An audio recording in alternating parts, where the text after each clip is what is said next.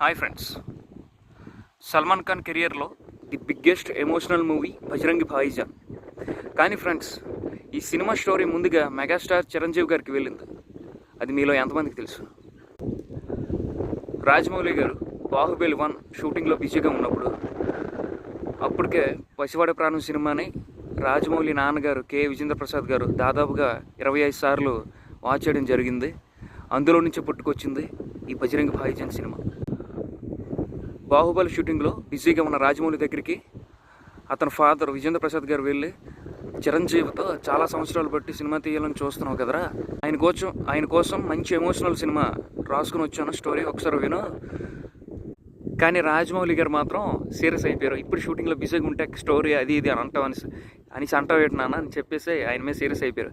కానీ బజరంగ్ భాయిజాన్ తెరకెక్కిన తరువాత మాత్రం రాజమౌళి గారు చిరంజీవి గారితో ఈ సినిమాని ఎందుకు తీయలేదని చాలా బాధపడ్డారు.